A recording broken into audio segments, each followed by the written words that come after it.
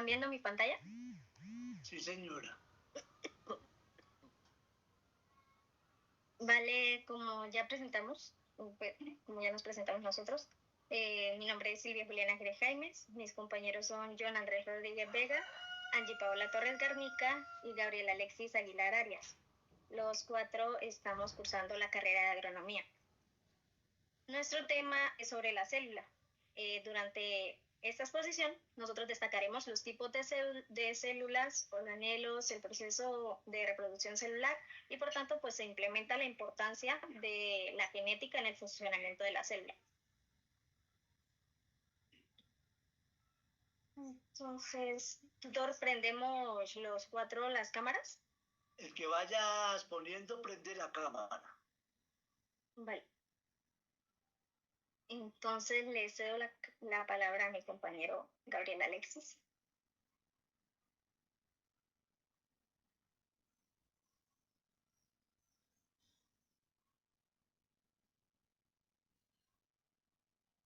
Buenas noches. Perdón un momentico, recuerden que son 15 minutos por grupo, entonces por favor, agilicemos.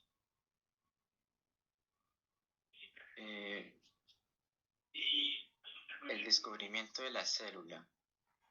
En el año 1665, Robert Hooke fue el primero en observar las células por primera vez utilizando un microscopio que él mismo hizo.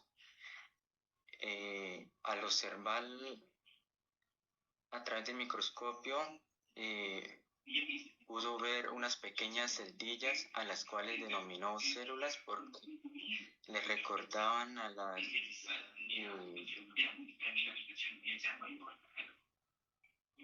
las celdas de los monjes.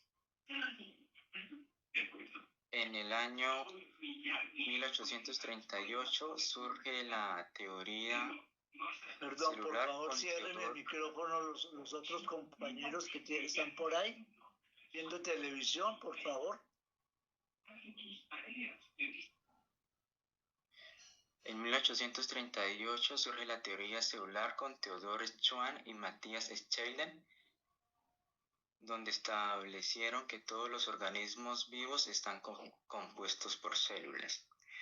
En el año 1855, Rudolf Virchow afirma que todas las células provienen de otras ya preexistentes, dando el origen al principio omnis cellula et cellula, complementando la teoría celular.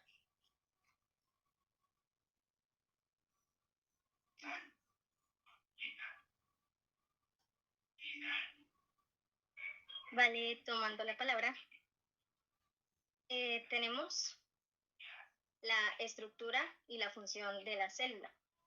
Como todos nosotros sabemos, la célula es la unidad fundamental para la vida, ¿verdad que sí?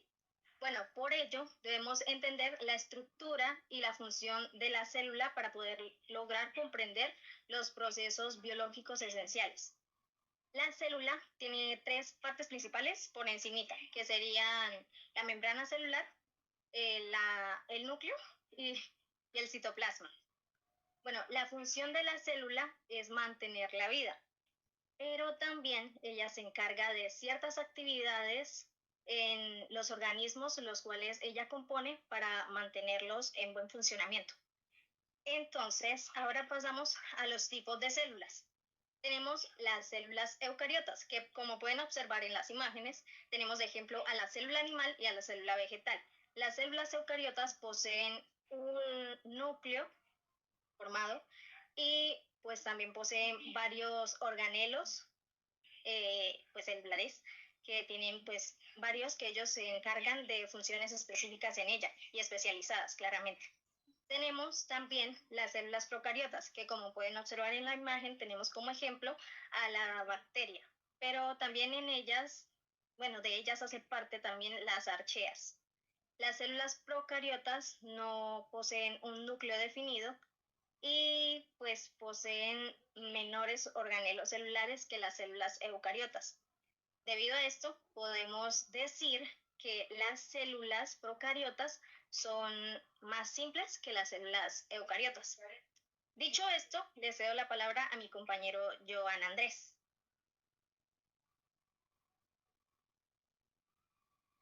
Cordial saludo. En la parte que me correspondió es la parte de los organelos celulares. Entonces, en estos tenemos unos organelos que inician el núcleo. Este es el que contiene el material genético y controla las actividades de la célula. Continuando con las mitocondrias, que son las que producen parte de la energía necesaria de las actividades de la célula. Y la otra sería el retículo endoplasmático, que es el que sintetiza y transporta proteínas y lípidos dentro de la célula. También encontramos el aparato de Golgi, que es el que modifica, empaca y distribuye las moléculas producidas en el retículo endoplasmático. Entonces acá encontramos una imagen que es la que nos da las semejanzas y diferencias entre los tipos de las células.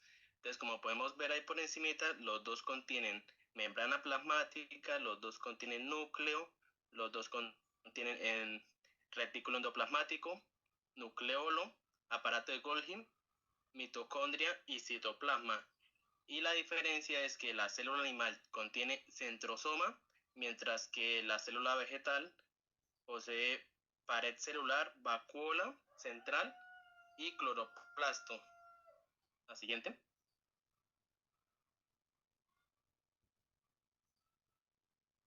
La siguiente diapositiva, Silvia.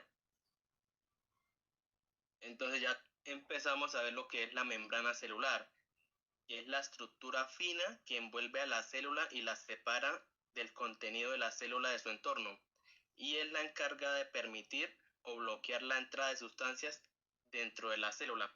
Entonces encontramos la permeabilidad selectiva, el transporte activo, el transporte pasivo y las funciones. Entonces en la parte de la permeabilidad selectiva encontramos que es la que permite el paso de algunas sustancias e impide el paso de otras, y también regula el flujo de materiales hacia afuera de la célula.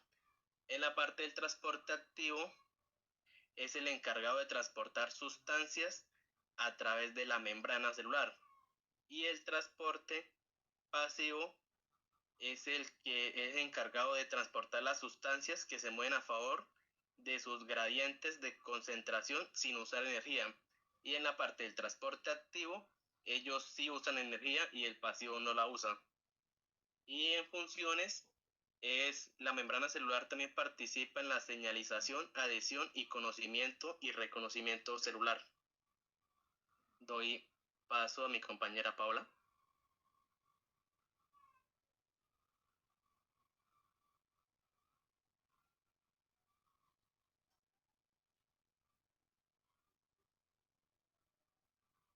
Hola, buenas noches a todos. Bueno, la reproducción celular. La división celular es una parte muy importante del ciclo inicial. Se divide para formar células hijas y debido a la división celular se produce el crecimiento de los seres vivos. Las células reproductivas, o también llamadas células huevo, no son células somáticas. Y en la mitosis, lo importante para recordar es que cada una de las células hijas tienen los mismos cromosomas y ADN como la célula madre. En este caso, las células hijas de la mitosis se denominan células diploides. Ahora bien, podemos preguntar, ¿qué relación hay entre el crecimiento y la reproducción celular? En los organismos multicelulares, las células individuales crecen y luego se dividen a través de un proceso llamado mitosis, lo que permite que el organismo crezca y el organismo comienza con una sola célula que se puede llamar el óvulo fertilizado, que se divide sucesivamente para producir muchas células. En este caso estamos hablando de lo que es el crecimiento. En este caso, una célula pasa la mayor parte de su tiempo en la etapa llamada interfase, y durante este tiempo crece, duplica sus cromosomas y se prepara para una división celular. Una vez terminada esta etapa de la interfase, la célula entra en la mitosis y así completa su división.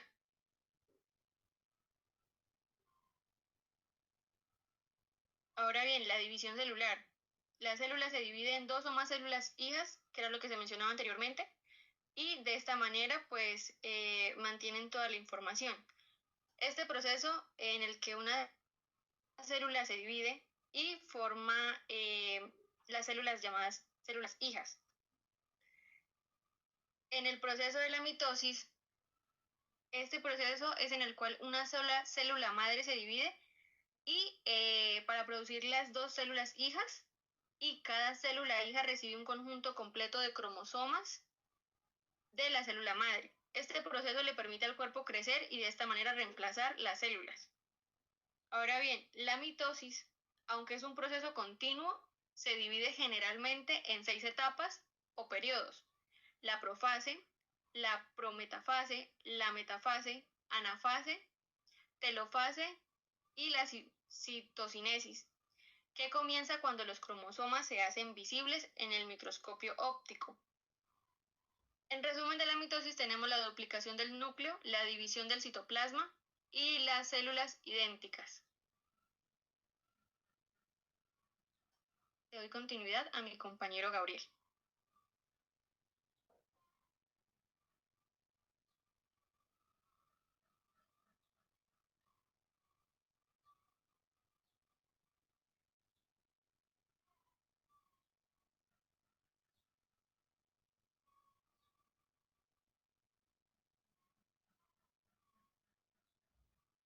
¿Qué pasó con Gabriel? Profe, es que hay un pequeño problema con la señal.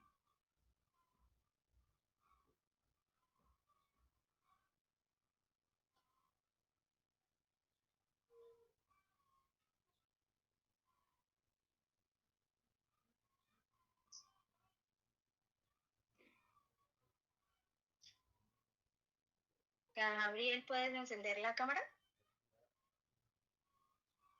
La meiosis.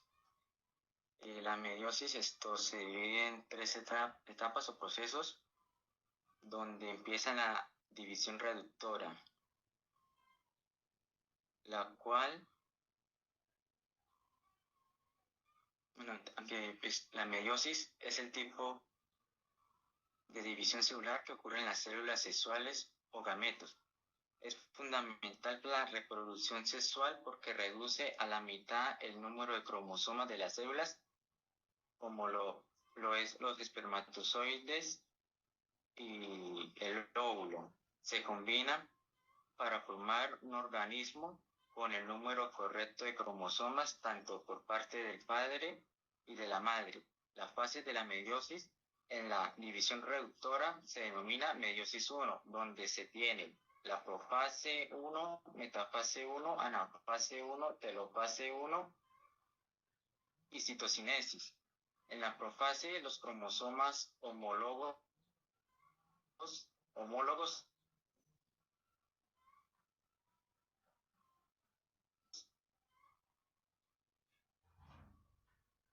se aparean y ocurre de donde intercambiar genética. En la metafase, los cromosomas se hallan en el centro de la célula.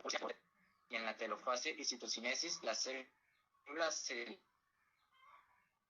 dividen en las hijas haploides.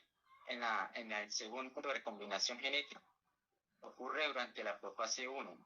Surge el entrecruzamiento de los cromosomas homólogos, lo que hace una mezcla del material genético de ambos padres, lo que contribuye a la diversidad genética. Y en la reproducción sexual, conocida como meiosis 2, tenemos la profase 2, metafase 2, anafase 2 y telofase 2. En la profase 2, las células hijas de la meiosis 1 se preparan para otra división. Y en la metafase, anafase y telofase es similar a la meiosis 1, pero solamente se separan las cromátidas hermanas.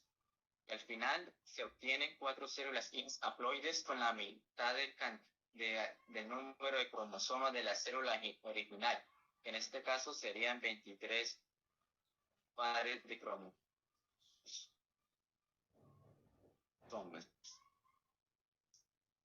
Y por último, la importancia de la meiosis. Al surgir la lo que ayuda a mantener el número cromosómico, donde se asegura que se mantenga el número constante de cromosomas a todas las generaciones. Esto ya puede continuar el siguiente compañero.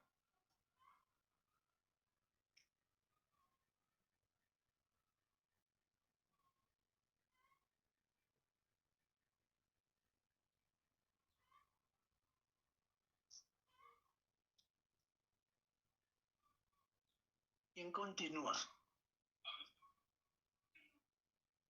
Bueno, pues para finalización tenemos la genética de la célula. Tenemos el ADN, que es la molécula que contiene la información genética de la célula, pues controlando las actividades y las características. Tenemos el ARN, que es la molécula que se relaciona con el ADN, que juega un papel crucial en la síntesis de las proteínas. Tenemos 3 procesos que son la transcripción, la traducción y la replicación. La transcripción es el proceso en el que la información del ADN se copia de una molécula de ARN a un ARN mensajero. Entonces tenemos luego el de traducción, que es el proceso en el que el ARN mensajero se utiliza como molde para sintetizar las proteínas. Y en la replicación es mediante el cual pues el ADN se duplica creando una copia idéntica. Entonces, eso sería todo. Muchas gracias por la atención que nos fue prestada.